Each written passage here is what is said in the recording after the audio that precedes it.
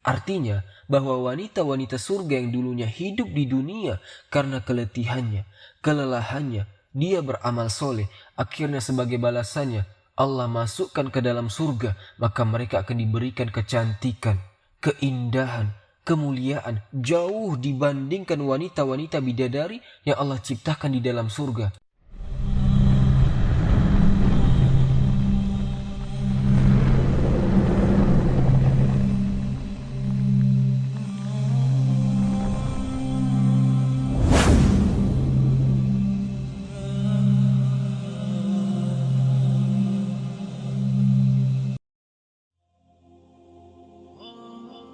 Bismillahirrahmanirrahim. Assalamualaikum warahmatullahi wabarakatuh.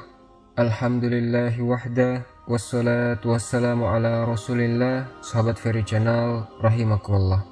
Pembahasan pada hari ini kita akan membahas ketika wanita masuk ke dalam surga, di mana dalam Al-Quran sering kita dapati kenikmatan bagi laki-laki dengan digambarkan sedemikian rupa, bidadari-bidadari yang disediakan Allah kepada mereka.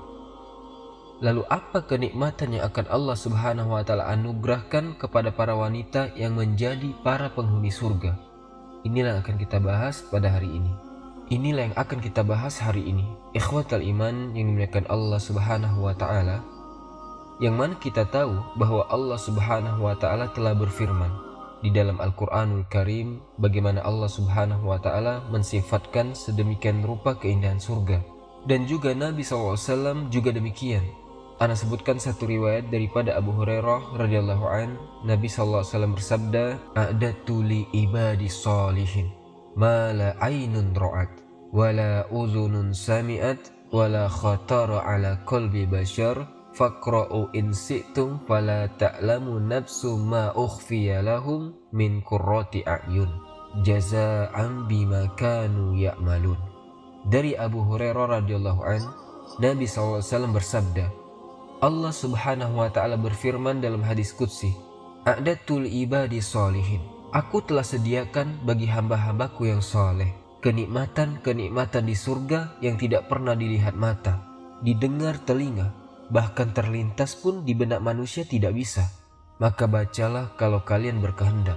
Fala ta'lamu nafsum ma ukhfiya lahum min qurrati a'yun jazaa'an bima kanu ya'malun. Dan jiwa tidak mengetahui apa yang Allah sembunyikan kepada mereka dari kenikmatan yang merupakan penyejuk mata sebagai balasan terhadap apa yang mereka kerjakan di dunia.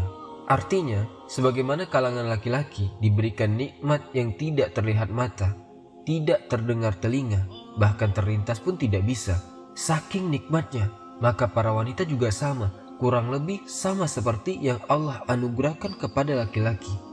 Ikhwatal iman yang dimuliakan Allah Subhanahu wa Ta'ala, di dalam hadis Nabi SAW, Nabi SAW mengatakan, "Idza shallatil mar'atu khamsaha wa shamat syahraha wa hafizat farjaha wa ata'at zawjaha qila laha udkhulil jannata min ayyi abwabil jannati si'ti wa fi riwayatin min abwabi samaniyati si'ti." Kata Nabi SAW, apabila seorang wanita melaksanakan sholat 5 waktu, menjaga puasa Ramadan, berusaha untuk menjaga kemaluannya, taat kepada suaminya, maka akan dikatakan kepada wanita tersebut, "Masuklah engkau ke dalam surga dari pintu-pintu surga sesuai dengan kehendakmu." Dalam riwayat dari 8 pintu surga sesuai dengan kehendakmu.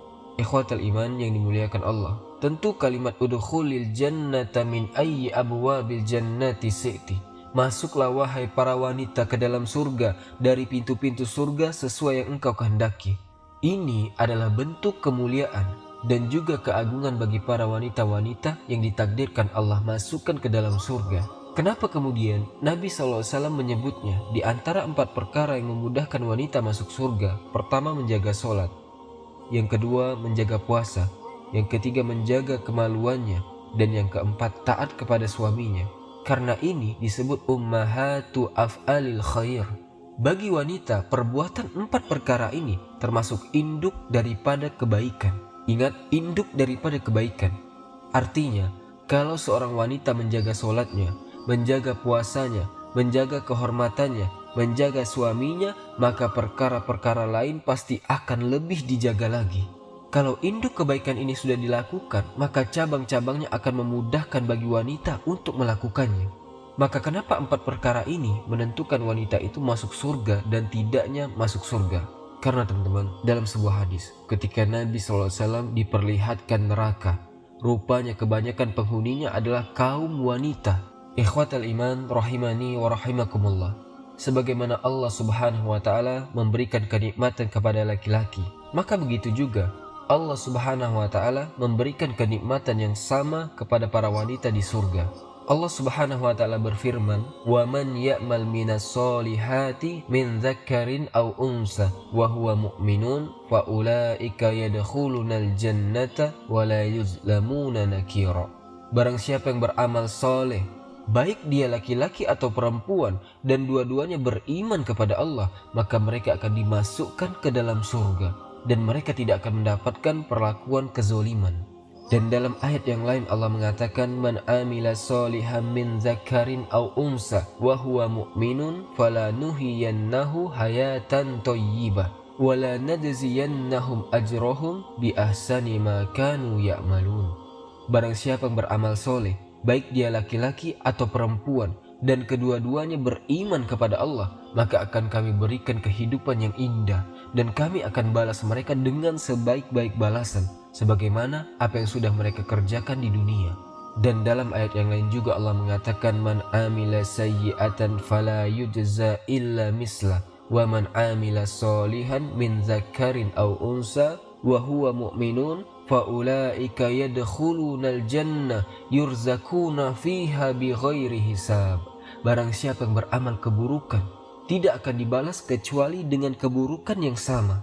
Tetapi barang siapa yang beramal soleh dari kalangan laki-laki dan perempuan, dan dia beriman, maka mereka akan masuk ke dalam surga, mereka akan diberikan rizki tanpa batas. Artinya ada yang berserikat antara kenikmatan laki-laki dan kenikmatan perempuan. Apa yang diberikan kepada laki-laki juga diberikan kepada perempuan, dan dua-duanya kenikmatan yang tidak bisa dilihat mata, didengar telinga, terlintas di pikiran manusia pun tidak, saking nikmatnya surga itu. Ikhwatal iman yang dimuliakan Allah Subhanahu wa taala, maka kaidahnya sebagaimana disebutkan para ulama, ketika Allah Subhanahu wa taala menjanjikan kepada laki-laki yang beriman dan juga wanita-wanita yang beriman dengan surga yang penuh dengan kenikmatan dan balasan pahala dari kemurkaan Allah Subhanahu wa taala, maka apapun yang ketetapan dari kenikmatan bagi seorang mukmin laki-laki, maka itu juga masuk kepada kenikmatan kepada seorang wanita yang beriman, kecuali apa yang dikhususkan secara dari dalil. Contohnya yang dikhususkan dengan dalil adalah ketika laki-laki diberikan banyak bidadari di surga, dan tidak sebaliknya bagi perempuan diberikan banyak para suami di surga. Ya karena ada kekhususan dalil. Lalu apa alasannya? Kenapa kemudian Allah Subhanahu wa taala memberikan semangat khususnya laki-laki agar berusaha untuk masuk ke dalam surga dengan beramal soleh, kemudian menjadikan surga rindu kepada mereka dengan dibentangkan panjang lebar dalam Al-Quran soal keindahan bidadari dan tidak sebaliknya. Di dalam Al-Quran Allah Subhanahu wa taala tidak pula menyebutkan satu wanita memiliki banyak laki-laki. Maka jawabannya adalah yang pertama, la yas'al amma kiyaf alwahum yus'alun. Jangan tanya apapun yang Allah lakukan, tapi kitalah makhluk yang akan ditanya oleh Allah Subhanahu wa taala. Tidak perlu ditanya kenapa. Tetapi walaupun demikian, kita akan mencoba mencari hikmah.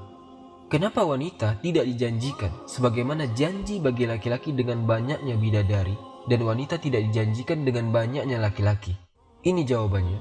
Pertama, jangan tanya apa yang Allah perbuat, tapi merekalah yang akan ditanya oleh Allah Azza wa Jalla. Yang kedua, karena tabiat manusia atau tabiat khususnya para wanita, sebagaimana maklum, para wanita ini memiliki sifat yang berbeda dengan laki-laki di dunia, di mana para wanita rasa malu mereka jauh lebih besar dibandingkan laki-laki. Maka Allah Subhanahu wa taala tidak menyebutkan kenikmatan-kenikmatan bagi wanita, tetapi disembunyikan sesuai dengan perasaan malu yang selalu disembunyikan oleh para wanita. Cukuplah firman Allah Subhanahu wa taala, "Fala ta'lamu nafsum ma ukhfiya lahum min qurrati a'yun jazaa'an bima kanu ya'malun." Jiwa tidak tahu apa yang Allah sembunyikan kepada mereka dari kenikmatan yang bisa menyejukkan mata terhadap apa yang mereka telah kerjakan amal soleh di dunia. Kemudian yang ketiga, karena tabiat laki-laki di dunia, mereka hanya mencintai dan suka dengan wanita. Tabiat laki-laki, kesukaan kepada perempuan itu jauh dibandingkan seorang wanita suka dengan laki-laki, di mana kesukaan laki-laki kepada perempuan itu jauh lebih besar dibandingkan kesukaan-kesukaan yang lainnya. Tapi perempuan tidak semua, makanya banyak perempuan itu apabila sudah merasa cukup, sudah berusia, mereka tidak mau bersuami, mereka tidak mau menikah. Karena kenikmatan wanita itu berserikat antara laki-laki, artinya dia suka laki-laki, di satu waktu juga dia suka dengan perhiasan. Di satu waktu juga dia suka dengan perhiasan. Di satu waktu juga suka dengan kendaraan. Di satu waktu juga suka dengan perabotan dan begitu seterusnya. Sehingga Allah hanya menyebutkan bagi laki-laki kenikmatan dan tidak menyebutkan bagi perempuan di dalam Al-Quranul Karim. Kemudian juga sebagian ulama mengatakan, seorang suami pikirannya fokus kepada seorang perempuan. Suami akan mencari istrinya dan kecemburuan suami kepada perempuan itu, kalau dia orang berakal, maka akan kuat. Sehingga karena kecemburuan itu lahir karena kesukaan seorang laki-laki hanya kepada perempuan dibandingkan nikmat yang lainnya. Makanya kenapa Allah lebih banyak menceritakan bidadari bagi laki-laki dan tidak sebaliknya. Ikhwatal iman yang dimuliakan Allah Subhanahu wa taala, akan tetapi walaupun demikian, banyak nikmat yang Allah Subhanahu wa taala akan anugerahkan kepada para wanita di surga. Nikmat apa saja yang akan Allah Subhanahu wa taala anugerahkan kepada para wanita di surga? Pertama, para wanita di surga, mereka akan jauh lebih indah, jauh lebih cantik, jauh lebih mulia dibandingkan para bidadari itu sendiri yang ada di surga. Padahal Nabi SAW mengatakan, walau anna imro'atan min nisa'i ahlil jannah ittola'at ilal ardi la azo'at ma bainahuma wala mala'at ma bainahuma rihan wala nafsi fuha yakni al-khimar khairun minad dunya wa ma fiha. Kalau seandainya seorang wanita bidadari surga muncul ke dunia, maka dia akan menyinari antara bumi dan langit dan akan memenuhi bau yang sangat harum semerbak antara bumi dan langit. Dan sungguh kerudung-kerudung wanita-wanita surga jauh lebih baik dibandingkan dunia dan isinya. Rawahul Bukhari.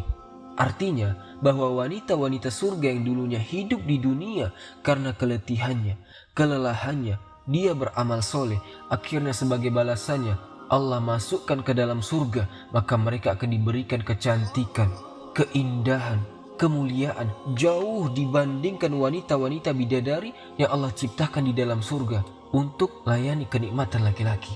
Perhatikan beberapa riwayat. Nabi SAW sampai mengatakan, kabiduha mir'atuhu wa kabiduhu mir'atuha. Hati sang bidadari merupakan cermin bagi sang laki-laki, dan hati sang laki-laki juga menjadi cermin bagi sang bidadari tersebut. Bahkan riwayat yang dikeluarkan Imam Bukhari dan Muslim, yuramu khusakiha min wara'ilahmiha minal husni. Bidadari itu terlihat sumsum tulang betihnya di belakang dagingnya karena indahnya.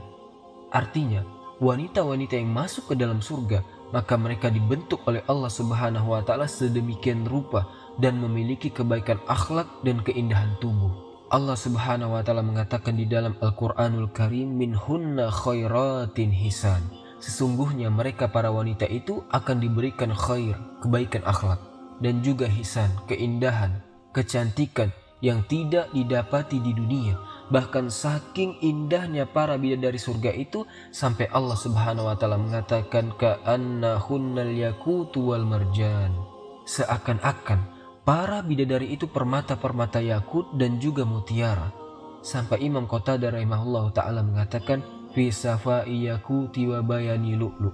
Para bidadari itu seperti permata dalam hal bening tubuhnya dan seperti mutiara dalam hal putih warnanya.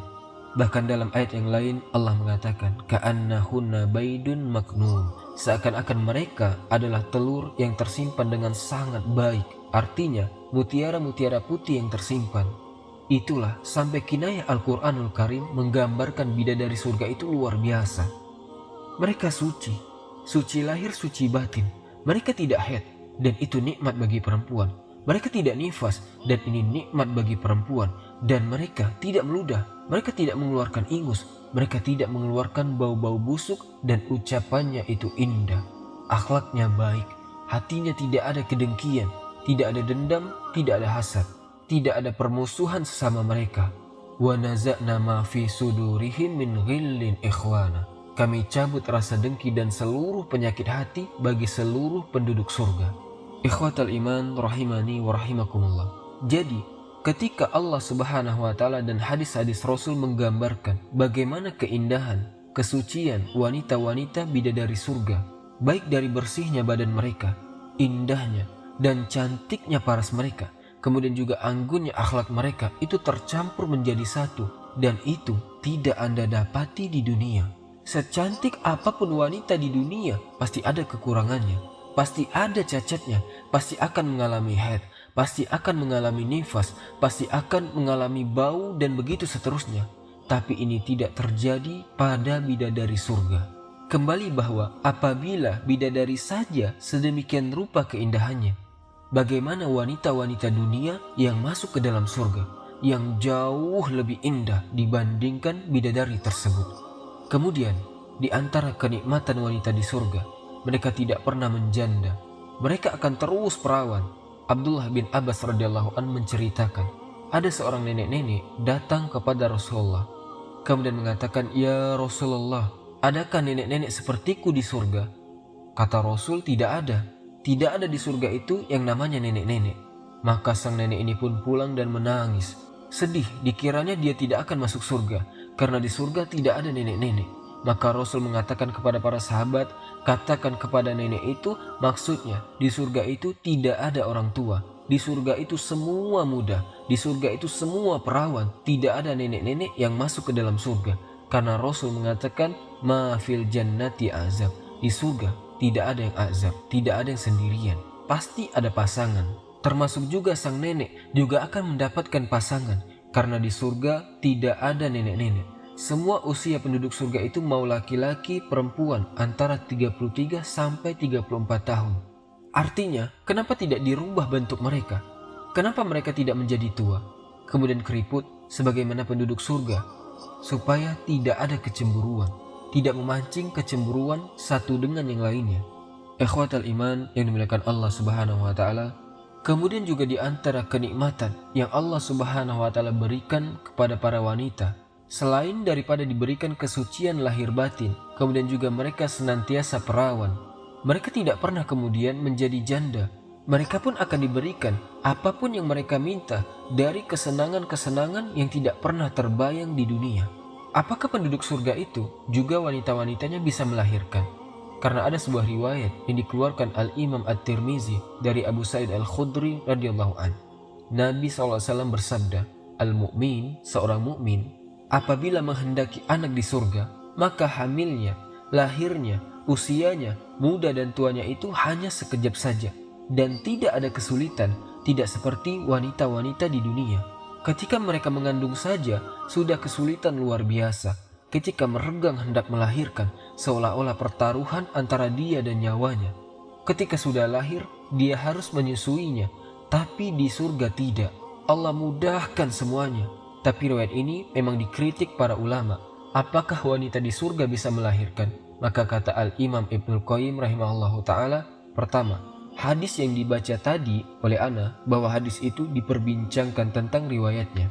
Yang kedua, bahwa Allah Subhanahu wa ta'ala mengatakan, walahum fiha azwajum mutahharah. Dan bagi mereka, para laki-laki di surga itu memiliki pasangan-pasangan yang bersih. Kalau seseorang kemudian melahirkan, tentu bisa saja terkena haid, terkena nifas, terkena kotoran. Sementara di surga itu tidak ada orang haid, tidak ada orang nifas, dan tidak ada kotoran. Semua bersih. Kemudian yang ketiga, Allah jadikan kehamilan dan juga kelahiran itu digandengkan dengan sperma dan juga dengan haid. Apabila orang hamil, berhentilah darah haid, dan haid itu menjadi nutrisi bagi janin, dan itu tercipta dari sperma. Sementara di surga itu tidak ada yang mengeluarkan sperma. Sebab kalau seandainya seorang di surga itu mengeluarkan sperma, berarti nikmat terbatasi, Karena ketika sudah keluar, berarti sudah terbatasi kenikmatannya. Makanya biar nikmat itu daim, terus-menerus merasakan nikmat luar biasa. Makanya hubungan mereka antara suami istri di surga tidak sebagaimana hubungan di dunia. Apabila seorang suami atau istri sudah mengeluarkan sperma, maka hilanglah nafsunya. Di surga tidak demikian. Sehingga kalau seandainya kata Imam Ibnul Qayyim, Allah menjadikan ada kehamilan, ada kelahiran, berarti ada haid, ada sperma, dan begitu seterusnya.